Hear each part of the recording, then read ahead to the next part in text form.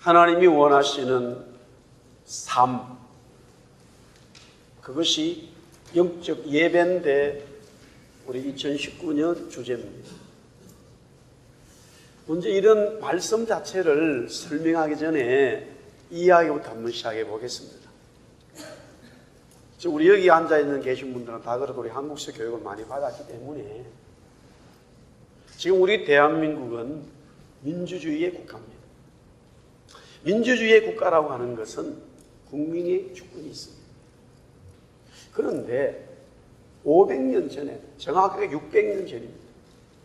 600년 전에 조선이 건국되면서 그 조선의 시작을 민주주의로 출발을 시켰습니다. 제가 이렇게 말하면 여러분 무슨 이야기지? 그렇게 얘기하겠죠.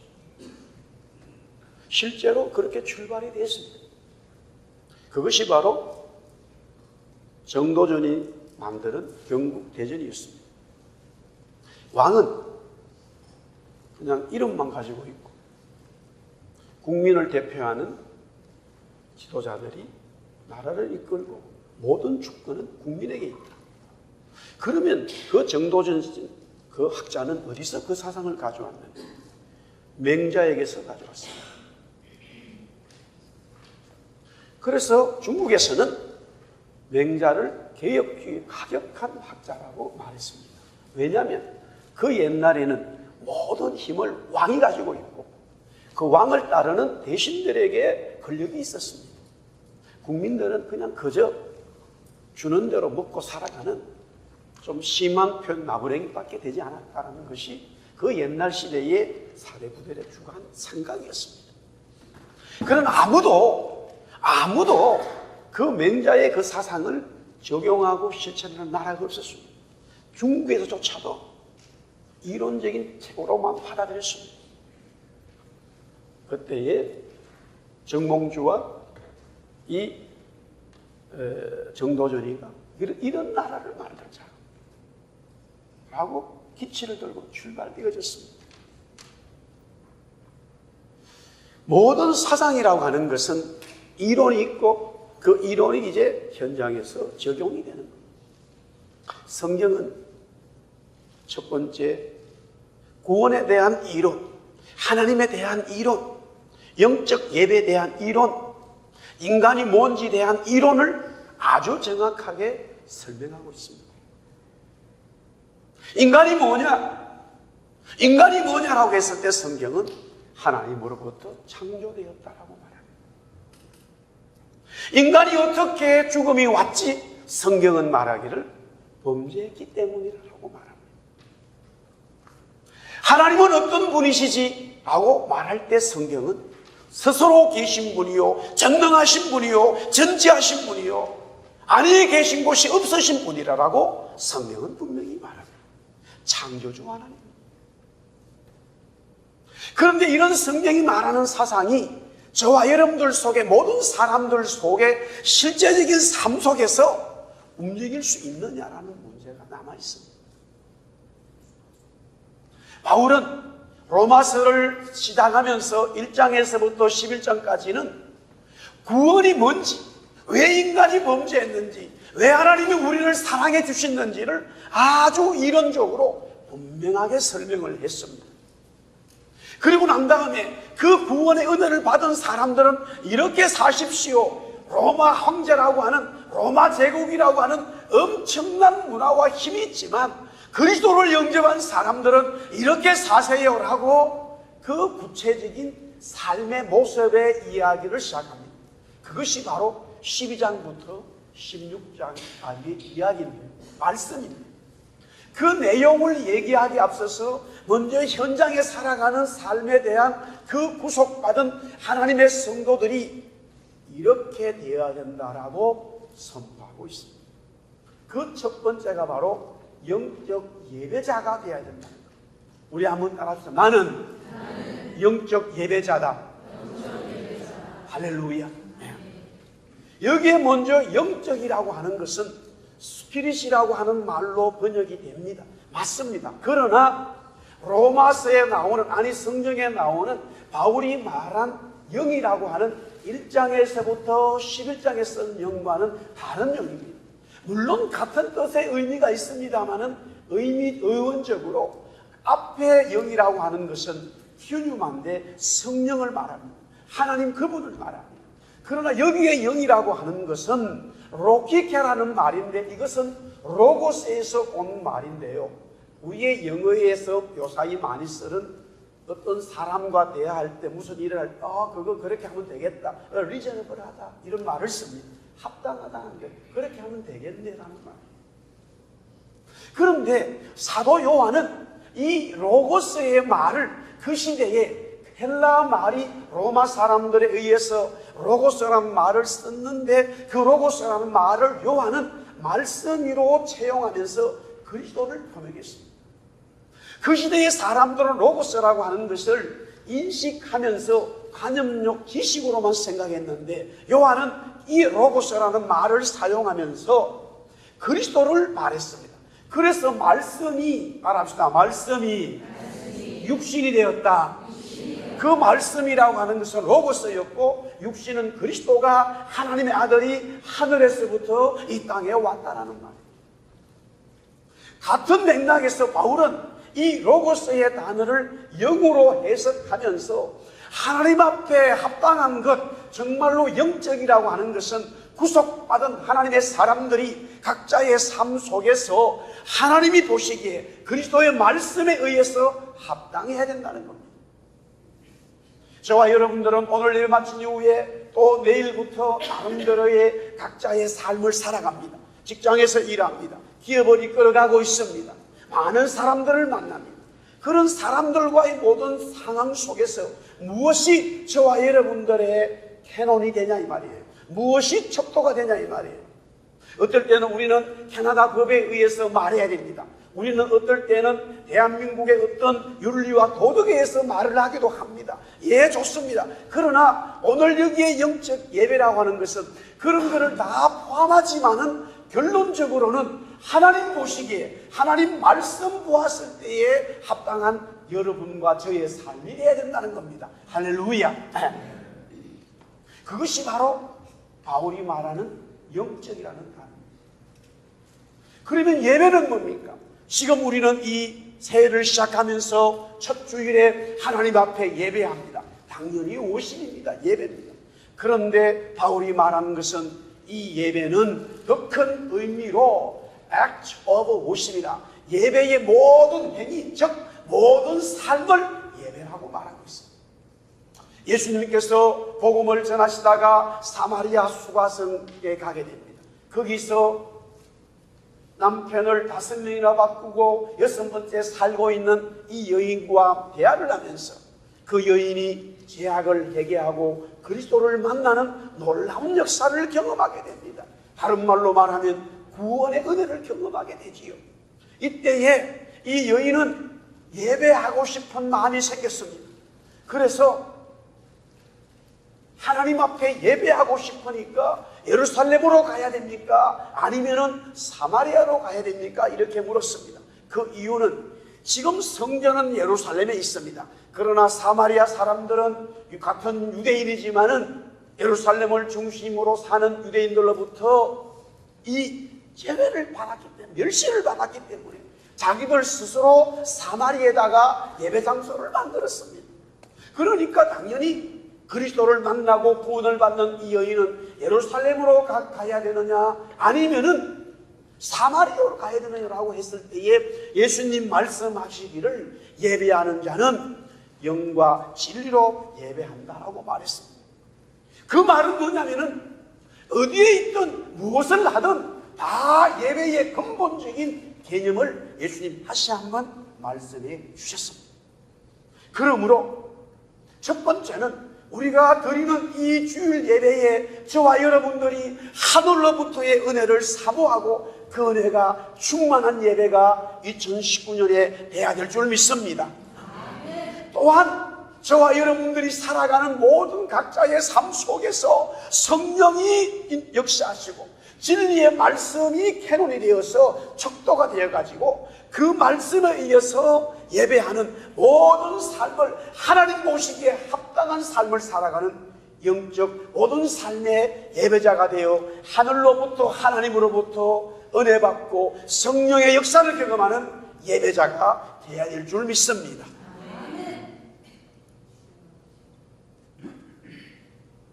그렇다면 이런 영적 예배자에 대해서 바울은 말하기를 먼저 몸을 드리라 하고 말하고 있습니다. 오늘 1절에 보니까 너희 몸을 하나님이 기뻐하시는 거룩한 산 예물로 드리라 라고 말하고 있습니다. 사실은 2절에요. 2절에 보면은 너희는 이 세대를 본받지 말고 오직 마음을 새롭게 하라 해서 2절에는 마음이 나오고 1절에는 몸이 나오는데 이 몸과 마음을 따로 구별한 것이 아니라 강조하기 위해서 말합니다. 왜냐하면 그 시대의 헬라 사람들은 이분법적으로 생각을 했습니다. 그래서 예수를 믿은 사람들조차도 육신의 몸을 아주 가볍게 여겼습니다. 그러다 보니까 쾌락주의에 빠지기도 하고 어떤 사람들은 이 몸을 갖다가 금욕적으로 살아가는 잘못된 사상이 들어왔습니다. 하나님이 저와 여러분의 몸을 창조하시고 하나님이 저와 여러분의 마음 즉 영과 혼을 창조하시면 아멘 하시기 바랍니다. 그래서 예수님이 다시 재림에 오실 때에요, 재림에 오실 때에 저와 여러분의 몸이 다시 부활한다고 그랬어요. 이 몸이 필요하지 않다면 몸을 아무렇게 해도 된다 그러면 주님이 우리의 몸을 부활시킬 이유가 없지요. 모든 것이 하나님의 창조이기 때문에 하나님으로부터 온 것은 모든 것이 다 귀합니다. 그 어느 것 하나 멸시해도 안 되고 그 어느 것 하나 하나님의 말씀에 합당하지 않는 삶을 살서는 안 된다는 이야기죠.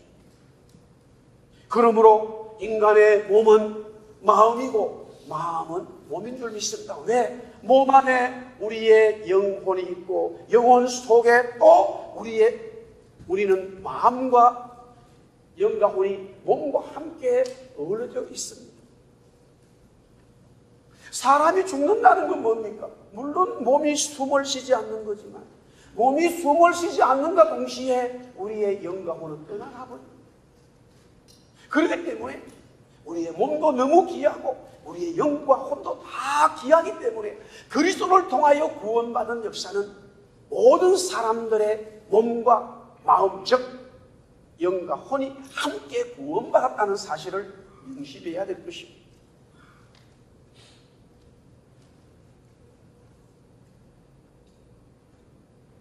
자, 그런데 오늘 여기 보니까 먼저 몸을 드리라고 첫 번째 말하면서 그 몸이 하나님이 기뻐하시는 몸이 되어야 됩니다. 우리 한번 따라합시다. 하나님이 기뻐하시는 몸. 여기서 몸이라고 하는 것은 재물을 말합니다. 제사의 재물은 하나님이 기쁨이 되어야 됩니다. 기쁨이 되어야 한다는 것은 하나님의 저울에 차고 넘친다는 것을 말합니다. 주님으로 말미암아 우리 자신들의 몸이 하나님의 예배에 제물로 드려지게 되면 하나님은 너무나 기뻐하십니다. 기쁨에 충족되고도 남습니다. 우리가 드리는 몸이 예수님의 은혜로 영적 예배에 하나님의 기쁨이 되니 얼마나 감사한 일입니까? 그렇게 된 이유는 그리스도께서 먼저 자신의 몸을 하나님 앞에 제물로 바쳤기 때문에 우리 또한 우리의 몸이 하나님 앞에 제물로 드려지는 기쁨의 제물이 되었다라는 사실입니다. 할렐루야. 계속해서 1절 말씀에 그렇게 말합니다. 우리 몸이 영적 예배자인데 바로 하나님이 기뻐하실 뿐만이 아니라 거룩하다라고 말했습니다. 여기서 거룩이라는 말은 깨끗함을 말합니다. 흠이 없다는 말입니다. 동물로 제사의 제물을 드릴 때 흠이 없는 것으로만 드렸습니다. 흠이 없는 동물을 거룩하다고 인정했습니다. 그러니 하나님께 드리는 영적 예배는 거룩한 제물이 되지 않으면 안 됩니다. 그런데 우리 인간은 거룩하지 못합니다. 죄인입니다. 그러나 흠이 없고 깨끗한 예수님이 대신 제물이 되어 하나님께 바쳐졌습니다. 그 예수님을 믿음으로 우리들은 거룩한 하나님의 사람이 되었다라는 말입니다. 로마서 6장 6절에서 7절 말씀 우리 같이 한번 읽어보겠습니다. 로마서 6장 6절에서 7절입니다. 다 같이 시작. 우리가 알거니와 우리의 옛사람이 예수와 함께 십자가에 못 박힌 것은 죄의 몸이 죽어 다시는 우리가 죄에게 종노릇 하지 아니하리 하니 이는 죽은 자가 죄에서 벗어나 어렵다 하심을 얻었습니다. 여기서 어렵다 하심을 얻었다는 것이 거룩해졌다라는 말입니다. 할렐루야. 그 다음에 우리가 하나님 앞에 영적 제물이 되는데, 예배가 자가 되는데 그 몸이 살아있다라는 거예요. 기뻐하고 거룩하고 산 제물을, 여기서 산이라고 하는 말은 리빙, 살아있다라는 겁니다. 구약의 하나님 앞에 예배할 때에 죽은 동물은 드릴 수가 없어요. 반드시 살아있는 것을 잡아야 됩니다.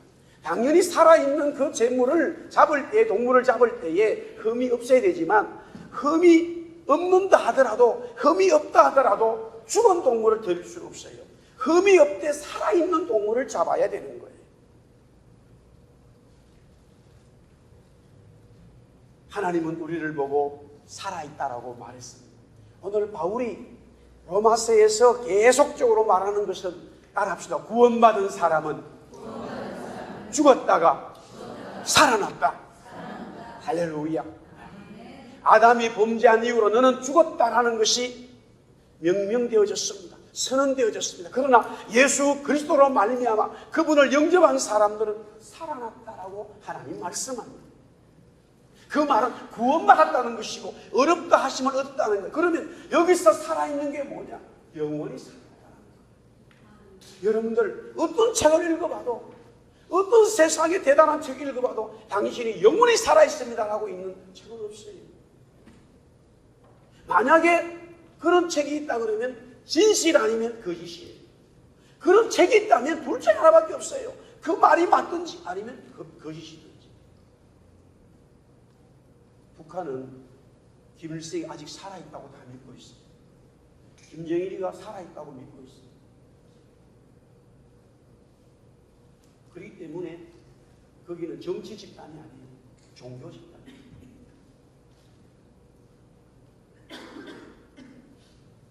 북한의 주민들이 왜 죽은 김일성이 김정일을 살아있다고 말하느냐? 평양 광장에서 촛불을 드네요. 근데 그 사람들은 안 믿고 있어, 그걸. 그러니까 정치 집단이 아니에요. 북한은요, 정치 집단이 아닙니다. 거기는 무상입니다. 죽은 분명히 김일성이 죽었고, 김정일이 죽었는데, 백성들은 다 살아있다고 믿고 있어요.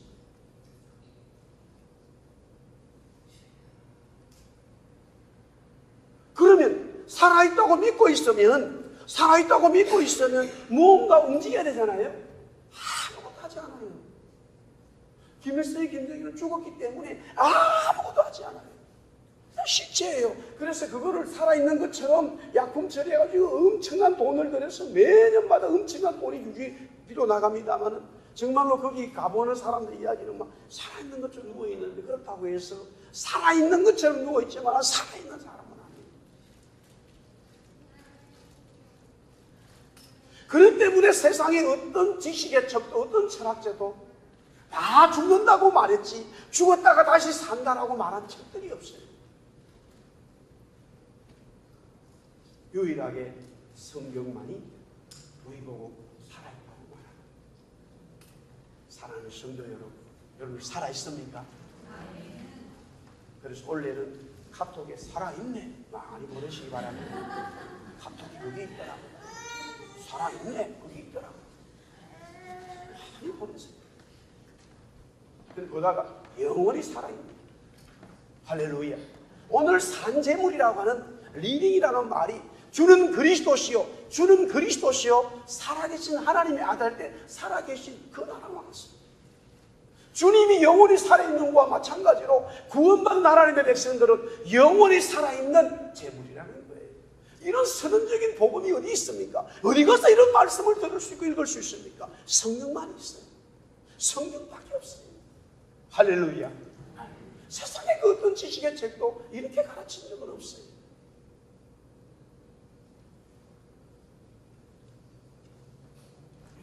자, 이제 2절에 와가지고요. 2절에 와서 바울은 저와 여러분의 마음을 하나님 앞에 드리라고 말합니다. 그것이 바로 영적 예배니라는 거죠. 1절에는 우리의 몸을 드리는 것이 영적 예배고 2절에는 우리의 마음을 드리는 것이 영적 예배인데 사실은 몸이나 마음을 단어를 한 단어로 설명하고 있는 것입니다. 우리가 이 땅에서 영적 예배를 드리려면 어떻게 해야 됩니까? 우리 2절 말씀 다시 한번 크게 읽습니다. 시작. 너희는 이 세대를 본받지 말고 오직 마음을 새롭게 함으로 변화를 받아 하나님의 선하시고 기뻐하시고 온전하신 것이 무엇인지 분별하도록. 1절의 말씀은 우리의 존재를 말하고 있습니다. 지금 구원받은 성도들은 거룩한 하나님 앞에 영적 제물을 드리는데 그 제물이 어떤 제물이냐면 바로 하나님이 기뻐하시고 하나님이 거룩하다고 말하시고 하나님이 말씀하시기를 살아있는 제물이라고 이 존재적으로 설명하는 겁니다. 그렇다면 그 존재적인 이론적인 모습의 선언이 실제 움직일 때는 어떻게 해야 되느냐? 이 세대를 본받지 말고 오직 마음을 새롭게 함으로 변화를 받아서 하나님의 뜻을 구별하라는 겁니다.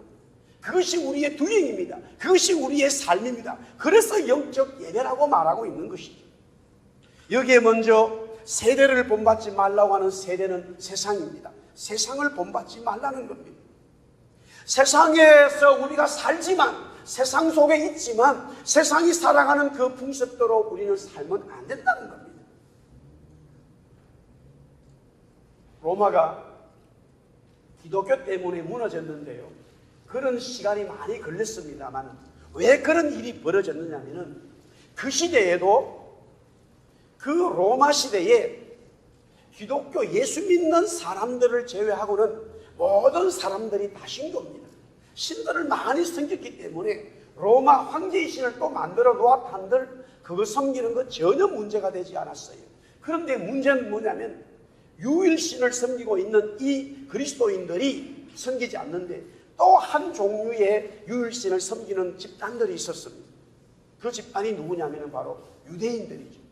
그런데 그 유대인들과 기독교인들은 차이가 너무 컸습니다.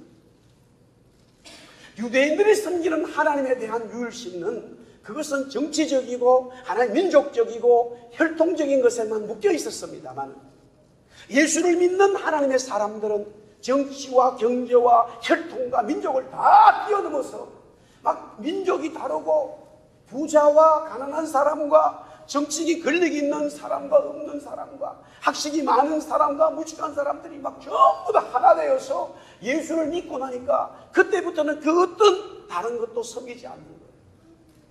그래서 그때부터는 그 지역 사회에서 정말 배제당하기를 시작했습니다. 그리스도인들은 우리와 하나가 되지 않는다는 것이었습니다. 세상과 하나 되지 않는다는 것입니다. 오늘 여기 말씀처럼 그때의 그리스도인들은 세상에 살아가는 모든 삶의 스타일들을 본받지를 않았습니다. 그것이 얼마나 힘들고 그것이 경제적으로나 정치적으로나 아니면 살아가는 삶에 여러 가지 짐들이 생김에도 불구하고 그들은 과감하게 로마가 제공하는 모든 세상의 문화와 그 세대의 풍속을 따르지를 않았습니다. 오늘 주님 말씀합니다. 우리는 세상 속에 살아가지만 이 세상을 본받아서는 안 된다는 거예요. 아멘.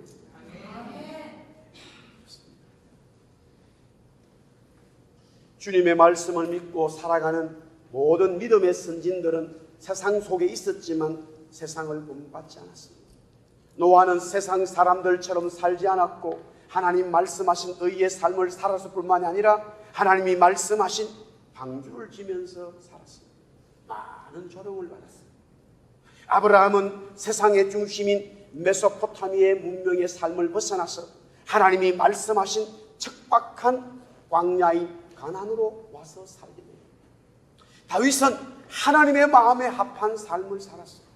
다니엘과 그의 세 친구들은 바벨론 포로가 되어 바벨론 문화 속에 있었지만 그들은 하나님이 말씀하신 말씀의 삶을 살았습니다. 세상을 본받지 않았다는 것이죠. 오히려 그들은 세상의 빛과 소금으로 더욱 세워졌습니다. 우리 대한민국 조선이 세워진 것은 복음으로 세워진 것은 그 극소수의 예수 믿는 사람들이 각 지역마다 가정마다 집안마다 한 사람씩 믿어져 갈 때 세상의 풍습을 따르지 아니하고 주님 말씀하신 이 말씀대로 굳건히 섰기 때문에 가정이 변화되고 가족들이 변화되고 친척들이 변화되고 동네가 변화되고 우리 대한민국이 변화된 줄 믿습니다. 지금은 무엇이 문제입니까? 세상에 살아가는 모든 삶을 그리스도인들은 똑같이 하고 있다는 사실. 틀린 게 뭡니까? 아이들의 교육을 말씀 중심으로 두지 않고 가외하고 똑같이 합니다. 부동산 쪽에 똑같이 합니다. 성공하고자 그냥 말씀을 다 뭉개버립니다. 그런 생각과 모든 삶이 예수 믿는다고 하면서 신앙생활 한다고 하면서도 똑같이 우리들 속에 들어있습니다. 그 인자. 그래서 세상은 바뀌지 않고 오히려 교회는 성도들은 세상에 짓밟히게 되어 있습니다. 그러나 다시 한번 우리는 2019년을 시작하면서 주님 말씀합니다. 이 세대 속에, 이 세상 속에 있지만 우리는 세상을 본받아서는 안 된다는 것입니다. 그뿐만이 아니라 오늘 바울은 우리에게 말합니다. 변화를 받아라 라고 말합니다. 마음을 새롭게 함으로 변화를 받아라. 영적 예배는 마음을 드리는 것인데 새로운 변화를 받아서 하나님 앞에 드리는 마음이 되어야 됩니다. 로마서 7장 6절 말씀 우리 한번 같이 읽어보겠습니다. 로마서 7장 6절입니다. 시작. 이제는 우리가 얽매였던 것에 대하여 죽었으므로 율법에서 벗어났으니 이러므로 우리가 영의 새로운 것으로 섬길 것이요 율법 조문의 묵은 것으로 아니하지. 새로운 것은 영의 새로운 것으로 섬긴다고 했습니다. 세상을 본받지 말라는 말씀과 함께 영적 예배자는 새로운 변화를 받는데 그 변화의 역사가 어디서 와야 되느냐? 하나님의 말씀이요 성령에 의해서 변화를 받아야 됩니다. 할렐루야. 마지막 바울은 우리에게 분별을 말하고 있습니다. 정말로 주님 오시는 날이 가까워졌는데 하나님의 성도들은 영적 분별을 가지고 있어야 됩니다. 예수님께서도 다시 재림에 오신다고 초림에 오셔서 복음을 전하면서 말씀하실 때에 세상에 지진도 있고 기근도 있고 많은 것들이 있지만 정말로 예수님께서 말씀하신 마지막 때에 두 가지를 아주 중요하게 다루고 있습니다. 그 두 가지가 뭐냐면 하나는 거짓 그리스도요, 하나는 거짓 선지자입니다. 분별하라는 거예요. 마지막 때에는 내가 예수라고 하는 거짓 그리스도가 너무 많은 것이고 또한 그리스도를 자기가 그리스도라고 말하진 않지만은 그리스도로 설명하는데 성경을 잘못 해석한다는 거예요. 잘못되어진 선지자의 말씀들이 있다는 거예요. 요사이는 인터넷을 통해서 어디서든지 많은 이야기를 들을 수 있습니다. 시간만 내면 안방에서 누워서도 볼 수 있고 들을 수 있습니다. 문제는 그 말씀들이 정말로 성경에서 바르게 가르치는 사상들이냐? 여러분들 거짓 선지자의 꼬임에 빠져버리면요, 사상에 잘못되어져 버리면은 정말로 오늘 여기 말씀한 것처럼 분별하는 영을 잃어버리는 거예요. 저는 개인적으로 목회자로 이렇게 살아오지만은 능력이 있든 없든을 떠나서 정말로 하나님 주신 말씀을 정확하게 잘 가르치는 그것이 제 책무 아니겠습니까?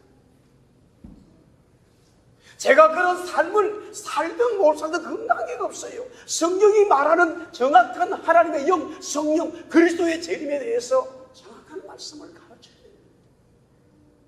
그 중에 하나가 구원은 그리스도만으로 이루어지는 것입니다. 다시 말씀드립니다. 저와 여러분이 구원받는 것은 그리스도 한 분만으로 족합니다. 믿으시면 아멘. 그 이상도 이하도 없습니다.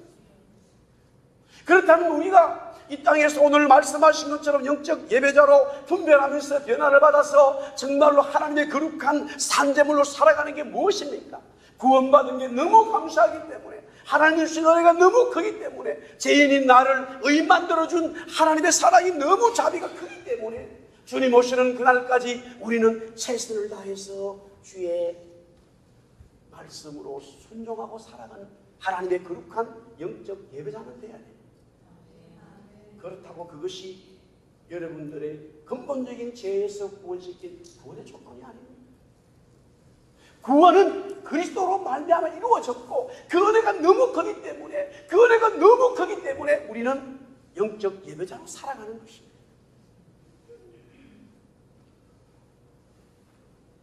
왜 그렇습니까?